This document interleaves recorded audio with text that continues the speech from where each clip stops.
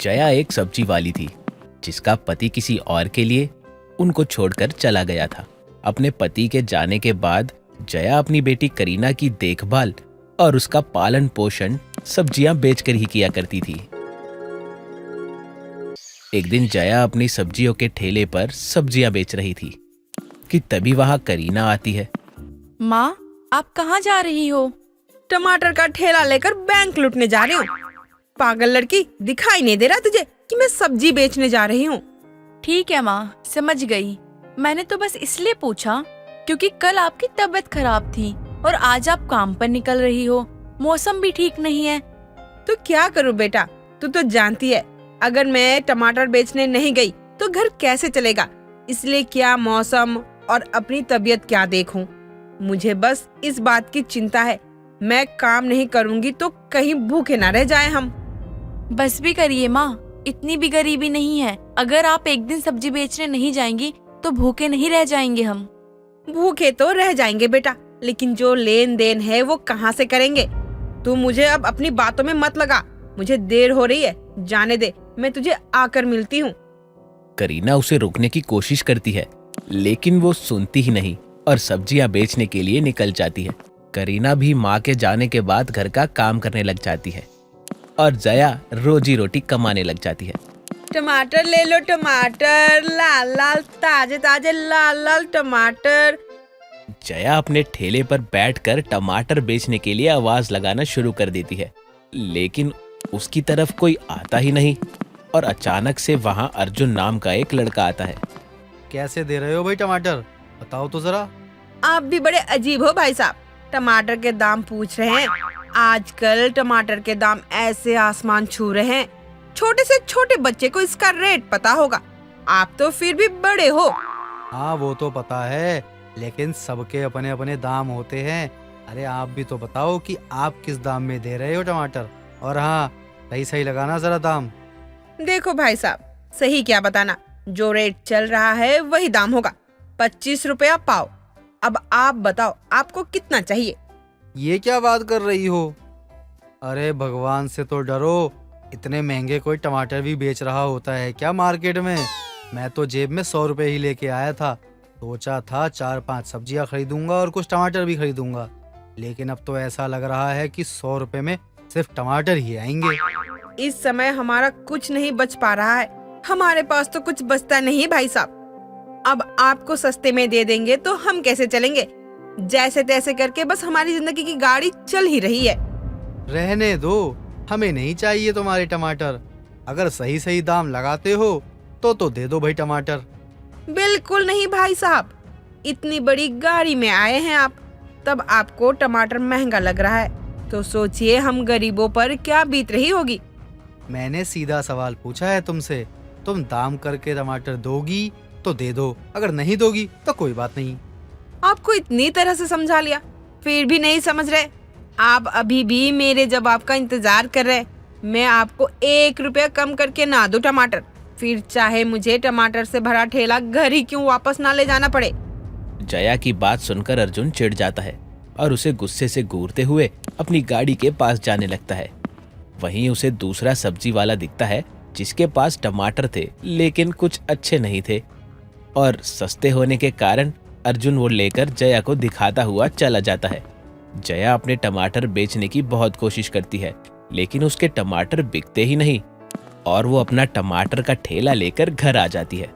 सत्यानाश हो उस गाड़ी वाले का, सुबह सुबह आकर बोनी खराब कर गया। उसके जाने के बाद एक भी ग्राहक नहीं आया मेरे ठेले पर। क्या हुआ माँ, आप रात के समय किसको आशीर्वाद दे रही हो? आया था एक आदमी कार में, लेकिन नीयत का इतना छोटा कि क्या बताऊं, 1 पाव टमाटर भी नहीं ले पाया। फिर मुझे दिखा दिखा कर रामू के ठेले से सड़े गले टमाटर ले गया और बकवास तो इतनी कर रहा था कि क्या बताऊं। माँ, आप जब इतने महंगे टमाटर लेकर बाहर बेचने निकलोगी तो लोग कहाँ ही खरीदेंगे। आप दाम कम करके देखो, देखना कितनी भीड़ लग जाएगी। क्या चाहती है, क्या मन है तेरा, मैं टमाटर ऐसे दान में दे दूं? अरे थोड़ा दाम कम करने की क्या जरूरत है, फ्री में ही उठाकर दे देती हूँ। इसलिए मैं आपसे बात नहीं करती हूँ, मुझसे पता नहीं क्या दुश्मनी है। जब देखो जहर वाली उल्टी सीधी बातें करती रहती हो। आपके महंगे टमाटर नहीं बिक रहे तो इसमें मैं क्या करूं? कुछ मत कर तू, यहाँ बैठ ही रह सिर्फ और मेरा सर खा, क्योंकि तुझे बस यही करना आता है। पूरे दिन सिर्फ खाती रहती है और घर में पड़ी रहती है। कभी तेरे मन में ख्याल आया है कि माँ की थोड़ी मदद कर दूं? कभी मैं ही टमाटर बेचने चली जाऊं? माँ, आप तो यही चाहती हो कि मैं भी आपकी तरह सब्जियां बेचूं, लेकिन मुझसे ये नहीं होगा। मुझे कुछ बड़ा करना है। कुछ दिनों से तुझसे तो सब्जियां नहीं बिक रही है, पता नहीं क्या करेगी ये लड़की। आपसे कौन सी सब्जी बिक जाती है? रोज यही टमाटर भरा हुआ ठेला लेकर जाते हो और शाम को भी वैसे ही ले आते हो। अच्छा, अगर ऐसा है तो अब तू ही मुझे टमाटर बेच कर दिखा दे। ठीक है, अब मैं आपको दिखाती हूँ कि टमाटर कैसे बेचे जाते हैं। अगर कल शाम को टमाटर का ठेला खाली नहीं हुआ तो फिर आप बताना मुझे।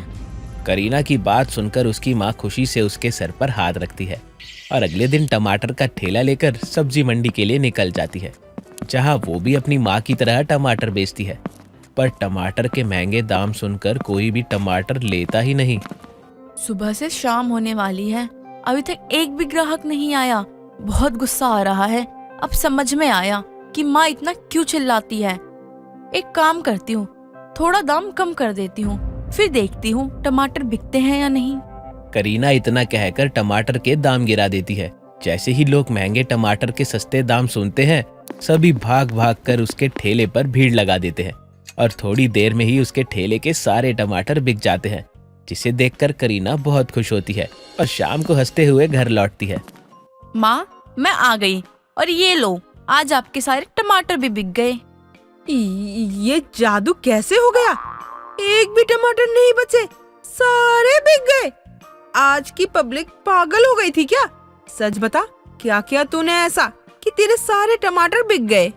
अगर माँ को मैंने ये बता दिया कि मैंने महंगे टमाटर सस्ते में बेच दिए हैं तो ये मुझे जिंदा खा जाएगी। अब इन्हें कौन समझाए? कुछ ना होने से अच्छा कुछ तो हो।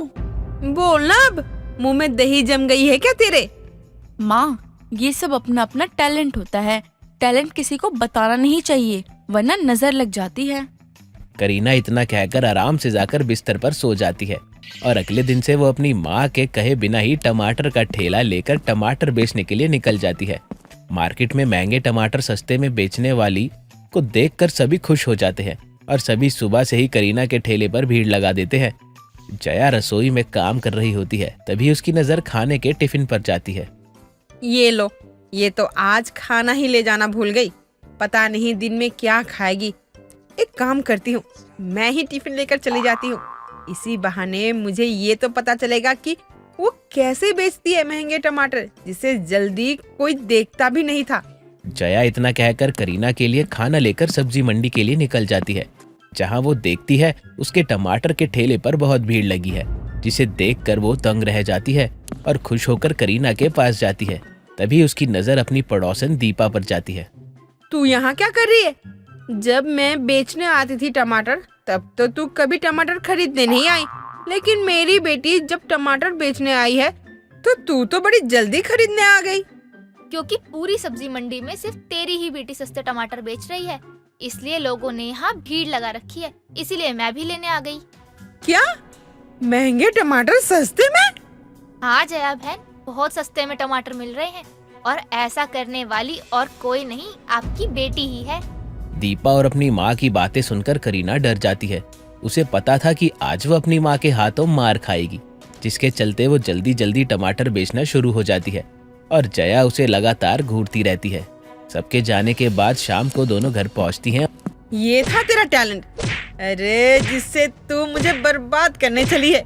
एक बार खुद जाकर सब्जी मंडी से माल उठा कर ला, तब तुझे पता चलेगा कि मैं क्यों टमाटर कम दामों में नहीं बेचती हूँ। आज के बाद मेरे टमाटर के ठेले को हाथ मत लगा दियो। महंगे टमाटर को सस्ते दामों पर बेचने के बाद उसकी माँ उसे खूब मारती है, फिर उसे बताती है उसे कितना बड़ा नुकसान हो गया है, जिसके बाद वो माफी मांगती है। कांता अपनी बेटी प्रतिमा की शादी के लिए काफी चिंता में थी, क्योंकि प्रतिमा जन्म से ही बहरी थी, उसे कुछ भी सुनाई नहीं देता था। एक रोज प्रतिमा की बुआ मधु कांता के घर आती है और वो कांता से कहती है, और भाभी, कब कर रही हो प्रतिमा की शादी? देख ही तो रही हूँ दीदी लड़का, ना जाने कैसी किस्मत लिख दी मेरी बच्ची की भगवान ने। ये बातें चल ही रही होती हैं कि कांता की बहू खुशी चाय लेकर वहाँ आती है और अपनी सास की बातें सुनकर बुआ से कहती है, बुआ जी, माँ जी तो लगातार कोशिश कर रही हैं कि प्रतिमा के लिए कोई अच्छा सा लड़का मिल जाए। कोई नहीं, टेंशन की बात नहीं है, मैं एक रिश्ता बताती हूँ, बहुत अच्छा घर परिवार है। हाँ हाँ दीदी बात करो ना, क्या कैसे है? कुछ दिनों बाद मधु के कहने पर प्रतिमा को लड़के वाले देखने आते हैं। प्रतिमा को बस सुनने में दिक्कत होती है, बाकी उसमें कोई कमी नहीं थी, वो बेहद सुंदर थी। तभी प्रतिमा लड़के वालों के लिए चाय लेकर आती है और प्रतिमा को देखकर लड़का राहुल कांता से कहता है, क्या हम अकेले में बात कर सकते हैं आंटी जी? हाँ बेटा जरूर। खुशी, प्रतिमा को कमरे तक ले जा। प्रतिमा को तो कुछ समझ नहीं आता कि क्या चल रहा है क्या नहीं, क्योंकि उसे कुछ सुनाई ही नहीं देता। लेकिन अब जब प्रतिमा को सुनाई नहीं देता तो वो लड़के के सवालों का जवाब कैसे देती? इसके लिए खिड़की के पास उसकी भाभी खुशी खड़ी होती है और जैसे ही राहुल प्रतिमा से कहता है, आपको मैं पसंद हूँ? हाँ हाँ हाँ। आपको मैं पसंद हूँ? मुझे तो आप पहली नजर में पसंद आ गई थी। वैसे आप कितनी पढ़ी लिखी हैं? तभी खुशी प्रतिमा को हाथ पर दिखाते हुए लिखने का इशारा करती है तो प्रतिमा राहुल से कहती है, मैंने एमए किया है। Very good. आप खाना तो बना लेती है ना? खुशी उसे फिर से इशारा करते हुए समझाती है तो प्रतिमा बोलती है, हाँ जी, मुझे सब आता है। मुझे बस इतना ही पूछना था, मेरी तरफ से तो हाँ है। राहुल बाहर आकर कांता से कहता है, आंटी जी, मुझे प्रतिमा पसंद है। मुबारका जी मुबारका, हमें भी आपका लड़का पसंद है। रिश्ता फिक्स हो गया। इस बात से कांता और खुशी बहुत खुश होती हैं, क्योंकि राहुल को पता तक नहीं चलता कि प्रतिमा को सुनाई नहीं देता है। जिस पर कांता अपनी बहू से कहती है, गजब की एक्टिंग की है, लड़के को तो पता भी नहीं चला, बस अब शादी अच्छे से निपट जाए। हाँ माँ जी, बस मेरी ननद की शादी हो जाए अच्छे से, अब मैं यही चाहती हूँ। आखिरकार काफी समय बीत जाने के बाद वो दिन भी आ जाता है जब प्रतिमा और राहुल की शादी हो रही होती है। मंडप में राहुल और प्रतिमा बैठे होते हैं। तभी पंडित जी प्रतिमा और राहुल से कहते हैं, वर और वधू अपना हाथ आगे करे। ये सुनकर राहुल तो अपना हाथ आगे कर लेता है, लेकिन प्रतिमा अपने हाथों को आगे नहीं करती, क्योंकि उसे सुनाई ही नहीं देता। लेकिन ये देखकर राहुल प्रतिमा के हाथ को अपने हाथों पर रखता है। ये देखकर कांता अपनी बहू खुशी से कहती है, देख बहू, अपनी प्रतिमा को कितना अच्छा लड़का मिला है। हाँ माँ जी, मैं भी बहुत खुश हूँ। शादी का कार्यक्रम अभी चल ही रहा होता है और इस बार पंडित राहुल और प्रतिमा को कहता है, वर और वधू अब फेरों के लिए खड़े हो जाइए। अब की बार भी राहुल ही खड़ा होता है, प्रतिमा खड़ी ही नहीं होती। ये देखकर एक औरत बोल पड़ती है, लगता है लड़की बहरी है, कुछ सुन ही नहीं पा रही है। तभी राहुल प्रतिमा को उठने का इशारा करता है। उसे तो अब भी नहीं पता था कि उसकी बीवी बहरी है। दोनों के 7 फेरों के साथ ही शादी भी संपन्न हो जाती है और अब विदाई की रस्म पूरी होती है और फिर वो ससुराल पहुंच जाती है। ससुराल में अगले दिन मुंह दिखाई की रस्म होती है, जिसमें सुशीला की पड़ोसन रमा आती है और प्रतिमा का चेहरा देखते हुए उससे कहती है, सुशीला, बहू तो बहुत सुंदर लाई है तू। हाँ वो तो है। बहू, जब तुम इतनी सुंदर हो तो थोड़ा गाकर भी सुना दो अपनी सुरीली आवाज में। प्रतिमा को कुछ समझ नहीं आ रहा होता कि आखिर रमा उससे कहना क्या चाहती है। ऐसे में प्रतिमा का कोई जवाब ना मिलने पर रमा सुशीला से कहती है, लगता है बहू शर्मा रही है, अभी मुझे जानती भी नहीं है ना। चल कोई बात नहीं, कभी और सुन लूंगी तेरा गाना। अगले दिन सुबह सुशीला किचन में काम करते हुए अपनी नई नवेली दुल्हन को आवाज लगाती है, बहू जरा राहुल के लिए खाना पैक कर दे, उसे ऑफिस जाने में देरी होगी। काफी समय बीत जाने के बाद सुशीला अपने बेटे राहुल से कहती है, बेटा जा जाकर देख क्या कर रही है प्रतिमा, मैं कब से आवाजें लगा रही हूँ। ये सुनकर राहुल अपने कमरे में जाता है और अपनी पत्नी प्रतिमा से कहता है, प्रतिमा, तुम्हें सुनाई नहीं देता क्या? माँ कब से तुम्हें आवाजें लगा रही है। प्रतिमा अभी भी बहुत नॉर्मल थी, जिससे राहुल को और गुस्सा आ जाता है और वो प्रतिमा पर चिल्ला कर कहता है। लेकिन प्रतिमा को अभी कोई फर्क नहीं पड़ता। अब राहुल प्रतिमा को हिलाते हुए कहता है। तुम्हें सुनाई नहीं देता? प्रतिमा उसे इशारे में बताती है कि वो सुन नहीं सकती। ये जानकर राहुल वहीं बैठकर अपने सर पर हाथ रख लेता है और खुद से कहता है, हो गया कल्याण, माँ तो अब मुझे ताने दे देकर खा जाएगी। राहुल बोल ही रहा होता है कि तभी सुशीला वहाँ आ जाती है और राहुल को देखकर कहती है, तू यहाँ आकर बैठा है? तुझे मैंने बहू को बुलाने भेजा था ना, ऑफिस नहीं जाना तुझे? माँ, प्रतिमा को सुनाई नहीं देता है। क्या सुनाई नहीं देता? मैंने इसलिए तो तुझे भेजा था। माँ, उसे कुछ सुनाई नहीं देता है। ये तू क्या बोल रहा है? क्या सुनाई नहीं देता बहू को? आपकी बहू को कुछ सुनाई नहीं देता है, वो बहरी है। ये क्या बोल रहा है तू? माँ, मैं मजाक नहीं कर रहा। मतलब मेरी बहू बहरी है? ये सुनकर सुशीला अपनी बहू की तरफ देखते हुए कहती है, तुझे पता था कि तू सुन नहीं सकती, तो पहले बताया क्यों नहीं? माँ, अब आप चुप हो जाओ। आपकी बहू को कुछ सुनाई नहीं दे रहा है। आपके बोलने का उस पर कोई असर नहीं होने वाला। मेरी तो किस्मत ही फूट गई, न जाने कहाँ से ले आई मैं ऐसी बहू। अपनी सास और पति को परेशान देखकर वो इशारे में कुछ कहती है या फिर कुछ पूछने की कोशिश करती है, लेकिन किसी को समझ नहीं आता। तभी सुशीला कहती है, न जाने मेरी किस्मत में क्या ही लिखा था जो ऐसी बहू मुझे मिली है। माँ, अब अफसोस करने का कोई फायदा नहीं है। अब तो प्रतिमा आपकी बहू और मेरी पत्नी बन चुकी है। मैं इसे अपनी बहू नहीं स्वीकार करने वाली हूँ। माँ, आप जो भी हो, प्रतिमा मेरी पत्नी है और मुझे अपनी पत्नी से कोई प्रॉब्लम नहीं है। इसे छोड़ा मायके, मैं इसे नहीं रख सकती। राहुल अपनी पत्नी प्रतिमा की साइड लेता है कि अब जो भी हो जाए प्रतिमा का वो साथ देगा और अब चाहे सुशीला उसे अपनाए या ना अपनाए। एक रोज रमा सुशीला के घर आती है और उससे कहती है, सुशीला, और बता, तेरी नई बहू के तो बहुत सुख उठा रही है तू। हाँ हाँ बोल, तो तेरे घर भी भेज दूं, काम करवा देगी तेरा। तू भी सुख काट लियो मेरी बहू से। तभी रमा प्रतिमा को देखकर कहती है, बहू चाय बनाने जा रही है तो मेरे लिए भी एक कप चाय बना दियो। प्रतिमा को तो सुनाई ही नहीं देता, जिसकी वजह से वो रमा की तरफ नहीं देखती और अपने कमरे में चली जाती है। तभी रमा सुशीला से कहती है, तेरी बहू में तो बहुत अकड़ है, देखा तक नहीं। हाँ हाँ वो तो है, आजकल के बच्चे न जाने सुनते क्यों नहीं। मैंने तो सुना था तेरी बहू को सुनाई ही नहीं देता। ये किसने कह दिया तुझसे? रमा सबकी खबर रखती है। हाँ है तो क्या मैं उसे अपने घर से निकाल दूं? लेकिन तुझे तो पता था ना कि तेरी बहू नहीं सुनती। हाँ पता था कि मेरी बहू को कुछ नहीं सुनाई देता, लेकिन अगर तू अपने किसी बच्चे को जन्म से ही बहरा पाती तो क्या उसका गला दबाकर मार देती? नहीं ना। फिर अगर उसे जन्म से ही प्रॉब्लम है तो इसमें उसकी क्या गलती? इस तरह अपनी बहू को जाने अनजाने में सुशीला भी अपना ही लेती है। आरोही बहुत ही सिंपल और सीधी लड़की थी। माँ बाप के मरने के बाद वो उसके चाचा हरीश के साथ रहा करती। जहाँ एक तरफ आरोही सीधी सादी लड़की थी तो वहीं दूसरी तरफ उसके चाचा की बेटी पायल उससे बिल्कुल अलग थी। वो हर चीज में तेज और बहुत गुस्से वाली थी, लेकिन दिखती बिल्कुल आरोही की तरह थी। दोनों की आपस में बहुत अच्छी बनती थी, लेकिन कुछ समय बाद पायल पढ़ने के लिए बाहर चली जाती है और आरोही की शादी एक अक्षय नाम के लड़के से होती है। थोड़ा समय और बीतता है, तभी एक रोज अक्षय अपने साथ एक लड़की को लेकर घर आता है और आरोही से कहता है, इससे मिलो, यह है मेरी गर्लफ्रेंड। लड़की ऐसी होनी चाहिए।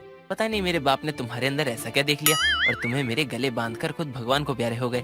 साथ ही इस घर की सारी प्रॉपर्टी भी तुम्हारे नाम करके चले गए। इन सब में मेरी क्या गलती है? मैंने तो उनसे ये सब करने के लिए नहीं कहा था ना। उन्होंने जो भी किया अपनी मर्जी से किया और अब तो वो इस दुनिया में भी नहीं है। कम से कम अब तो उनको कोसना छोड़ दीजिए। ये सब तुम्हारी वजह से ही हो रहा है। अगर मेरी शादी तुमसे नहीं हुई होती तो ये सब परेशानी होती ही नहीं। मैं भी अपनी लाइफ में खुश होता और तुम अपनी लाइफ में। मुझे तुम बिल्कुल भी पसंद नहीं हो। ये बात आपको शादी के टाइम पर ही कह देनी चाहिए थी। इससे ना आपकी लाइफ खराब होती और ना ही मुझे रोज रोज इतनी बेइज्जती सहनी पड़ती। और अगर ये आपकी गर्लफ्रेंड है तो मैं कौन हूँ? मेरी यहाँ क्या जरूरत है? तुम सिर्फ इस घर की एक नौकरानी हो, इससे ज्यादा और कुछ नहीं। और रही बात तुम्हें इस घर में रहने की, तो जिस दिन कोर्ट से सारी प्रॉपर्टी मेरे नाम हो जाएगी ना, उस दिन तुम भी इस घर से बाहर ही नजर आओगी और मैं अपनी पसंद की लड़की के साथ शादी करके अपनी लाइफ सेट कर लूंगा। अक्षय इतना कहकर अपनी गर्लफ्रेंड को लेकर कमरे में चला जाता है, जिसके बाद आरोही रोते हुए घर के मंदिर में चली जाती है और भगवान के सामने कहती है, भगवान, दुनिया के सारे दुख आपने मेरी ही किस्मत में क्यों लिख दिए हैं? किस जन्म की दुश्मनी निकाल रहे हैं आप? भगवान जी, मायके में माँ बाप का प्यार नसीब में नहीं था, ससुराल में आई, ना ही सास का प्यार नसीब में है, ना ही पति का। ऐसी जिंदगी से तो मौत ही अच्छी है, लेकिन शायद वो भी किस्मत में नहीं है मेरे। आरोही भगवान के सामने बैठकर ये सब कहकर रो रही थी। तभी उसकी सास शीला वहाँ आती है और आरोही को बालों से पकड़कर उठाते हुए कहती है, महारानी जी, अगर तेरा ये भगवान के सामने रोना हो गया हो तो अब थोड़ा अपने हाथ पैर भी चला ले और घर के कामों को भी कर ले, उसके बाद हमारे लिए कुछ खाने के लिए बना ले। माँ जी, मैं सारे काम कर लूंगी, लेकिन आप मेरे बाल छोड़ दीजिए, मुझे बहुत दर्द हो रहा है। मैं अभी थोड़ी देर में सब कर देती हूँ। ये तेरा रोज का काम है, जब तक मैं तुझे खरी खोटी न सुना दूं, तेरे हाथ पैर नहीं चलते। तुझे आदत हो गई है ना सुनने की, इसलिए, लेकिन मेरी आदत नहीं है, इसलिए कल से इस चीज का ख्याल रख कि मुझे बार बार तुझे किसी काम के लिए बोलना न पड़े, वरना मुझसे बुरा कोई नहीं होगा। शीला इतना कहकर वहाँ से चली जाती है, जिसके बाद आरोही घर की साफ सफाई में लगती है और उसके बाद रसोई में जाकर खाना बनाने लगती है। थोड़ी देर बाद आरोही सारा खाना बनाकर डाइनिंग टेबल पर रखती है और जैसे ही बैठने को होती है तभी वहाँ उसकी सास अपने पैरों से उसकी कुर्सी को पीछे कर देती है और आरोही जमीन पर गिर जाती है और शीला हंसते हुए कहती है, बहू रानी, तेरी इतनी औकात नहीं है कि तू हमारे बराबर बैठकर खाना खा सके, और वैसे भी तुझे खाने की जरूरत ही क्या है? अगर खाना खाएगी तो मोटी हो जाएगी, तो फिर घर के काम कौन करेगा? इसलिए तू आज से खाना ही मत खा। माँ जी, ऐसा मत कीजिए, मैंने वैसे ही 2 दिन से कुछ नहीं खाया है। अगर आज भी नहीं खाया तो मैं कोई काम नहीं कर पाऊंगी। क्यों पूरे दिन हमारा खून पीती रहती हो? फिर भी तुम्हें भूख लगी है, जाके बाथरूम में कपड़े धो लो, बहुत सारे कपड़े पड़े हैं। अगर हमारे खाने के बाद कुछ बच जाएगा तो खा लेना, वरना कोई बात नहीं। अपने ससुराल वालों के रोज रोज के टॉर्चर से परेशान होकर आरोही घर छोड़कर चली जाती है। वो बेसुध होकर रोड पर चलती जा रही थी, तभी अचानक से एक गाड़ी से टकराकर वो जमीन पर गिर जाती है और तभी उस गाड़ी में से एक लड़की निकलती है, जो कि कोई और नहीं, उसी की डुप्लीकेट बहन पायल थी, जो अपनी बहन को ऐसी हालत में देखकर हैरान थी। और आरोही पायल को गले लगाकर जोर जोर से रोने लगती है, जिसके बाद पायल उसे अपने साथ लेकर जाती है और उससे उसकी हालत का कारण पूछती है, जिस पर आरोही उसे सब सच बताती है, जिसे सुनकर पायल कहती है, दीदी, अगर आपके साथ आपके ससुराल में इतना गलत हो रहा था तो आपको पिताजी को बताना चाहिए ना। आपने उनसे कभी कुछ कहा क्यों नहीं? कैसे बताती मैं? वो लोग मुझे घर से बाहर तक नहीं निकलने देते हैं, न ही मुझे किसी से बात करने देते हैं। जब आखिरकार मैं चाचा जी से मिली थी तो उनकी तबीयत बहुत ज्यादा खराब थी, जिसके चलते मैंने उनसे कुछ नहीं कहा। लेकिन अभी वो कहाँ हैं? दीदी, आज पिताजी को मरे हुए पूरे 10 दिन हो गए हैं। आपके ससुराल वालों को कितनी बार खबर पहुंचाई, लेकिन ना ही कोई आया और ना ही आपको भेजा। मैं तो आपके ससुराल आपसे सारे रिश्ते तोड़ने के लिए आ रही थी, लेकिन यहाँ तो माजरा ही कुछ और है। वो लोग बिल्कुल भी अच्छे नहीं हैं। वो लोग मुझे सिर्फ पैसों के लिए पाल रहे हैं। जिस दिन सारी प्रॉपर्टी उनके नाम हो जाएगी, उस दिन वो लोग मुझे घर से निकाल कर बाहर कर देंगे। इन लोगों को तो मैं बताती हूँ। अब आपके ससुराल आपकी ये डुप्लीकेट बहन जाएगी। जिन्होंने मेरी बहन के साथ इतना गलत किया, उन्हें सबक तो सिखाना ही पड़ेगा। पायल इतना कहकर अपनी बहन आरोही की जगह खुद आरोही बनकर उसके ससुराल जाती है। तभी उसकी सास शीला इस बात से अनजान कि जो लड़की उसके घर आई है वो उसकी बहू आरोही नहीं, बल्कि उसकी डुप्लीकेट बहन पायल है, उस पर हाथ उठाती है। तभी पायल उसका हाथ पकड़कर कहती है, माँ जी, अपने इन हाथों को थोड़ा संभाल कर रखिए, वरना अगर बुढ़ापे में हड्डियाँ टूट गयी तो जुड़ेंगी नहीं। और अब से आप अपने हाथों का इस्तेमाल सिर्फ आशीर्वाद देने के लिए ही इस्तेमाल करें तो ज्यादा ही अच्छा होगा। अपनी बहू का बदला हुआ रूप देखकर शीला डर जाती है और आगे कुछ नहीं बोलती। तभी पायल आरोही के कमरे में जाती है और बेड पर लेटे अक्षय को बेड से धक्का मारते हुए कहती है, पूरे घर का काम फैला हुआ है और आप यहाँ आराम से सो रहे हैं। कभी कभी कोई काम आप भी कर लिया करो, जरूरी नहीं कि रोज मैं ही सारे काम करूँ। तुम्हारी इतनी हिम्मत कि तुम मुझे ऑर्डर दो। लगता है पुरानी मार भूल गई हो, दोबारा याद दिलाना पड़ेगा। अगर आपने मेरे ऊपर हाथ उठाने की कोशिश करी तो मैं आपकी कंप्लेन पुलिस में कर दूंगी। तब प्रॉपर्टी मिलना तो दूर की बात है, जिंदगी भर जेल की रोटियां तोड़नी पड़ेगी। मर्जी आपकी है, जेल की रोटियां तोड़नी है या मेरे लिए रोटियां बनानी है। पायल इतना कहकर आराम से बेड पर बैठकर टीवी देखने लगती है। समय बीतता है।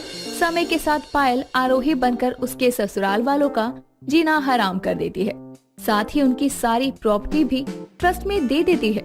दोनों माँ बेटे आरोही का बदला हुआ रूप देखकर बहुत परेशान थे। ऐसे ही कुछ दिन बीतते हैं और जैसे ही अक्षय को अपनी प्रॉपर्टी ट्रस्ट में जाने की खबर मिलती है, वो गुस्से में पायल के पास आता है, जहाँ वो अपनी बीवी के साथ साथ उसकी डुप्लीकेट को देखकर हैरान था और वो कहता है, ये क्या तू आरोही, मेरी बीवी की डुप्लीकेट भी है? मुझे तो पता ही नहीं था। वो तो अब समझ में आया, ये सब मेरी बीवी आरोही ने नहीं बल्कि उसकी डुप्लीकेट यानी तुमने किया। आपकी बीवी की डुप्लीकेट नहीं बल्कि आपकी बीवी की डुप्लीकेट बहन हूँ मैं, उनके चाचा की लड़की पायल। शादी में आपसे मुलाकात नहीं हो पाई थी, मेरे एग्जाम चल रहे थे, पर अब जब मिलना हुआ तो ऐसे हुआ। आपके साथ मैंने वही किया जो आपने मेरी दीदी के साथ किया। मेरी बीवी की डुप्लीकेट बहन, मेरा तो सर घूम रहा है। तुम खड़ी होकर क्या देख रही हो? इसे कुछ बोलो, इसने तुम्हारी जगह ले ली है, साथ ही हमारे घर की सारी प्रॉपर्टी उठाकर ट्रस्ट में दे दी। इसने जो भी किया मुझे बताकर ही किया, मेरे कहने पर ही किया है। मुझे अपनी बहन पर गर्व है, जो चीज मैं नहीं कर पाई वो उसने करके दिखा दिया। आप लोग सिर्फ पैसों के लिए ही भूखे हैं, लेकिन जिस पैसे के लिए आप लोग इतने दिन से परेशान थे वो अब आप लोगों को कभी नहीं मिलेगा। वो तो गया सरकार के खाते में। वैसे दीदी, हमारा भी तो यहाँ कोई काम नहीं है, चलिए हम भी चलते हैं। आपको भी अब दोबारा इस घर में आने की कोई जरूरत नहीं है। मैं तुम दोनों को नहीं छोड़ूंगा, तुमने हमारा सारा प्लान खराब कर दिया। अक्षय इतना कहकर जैसे ही आरोही और पायल की तरफ आगे बढ़ता है, तभी वहाँ पुलिस आ जाती है और आरोही के बयान पर उसके पति और सास को पकड़कर ले जाती है। इस तरह से अक्षय की बीवी की डुप्लीकेट बहन अपनी बहन को उसके ससुराल के अत्याचार से मुक्त करवाती है, साथ ही उन्हें उनके किए की सजा भी दिलवाती है और अपनी बहन को हमेशा के लिए अपने साथ लेकर विदेश चली जाती है। दोस्तों, अगर आपको ये कहानी पसंद आई तो इसे लाइक करें, शेयर करें और कमेंट करके बताएं कि कहानी में आपको सबसे अच्छा क्या लगा।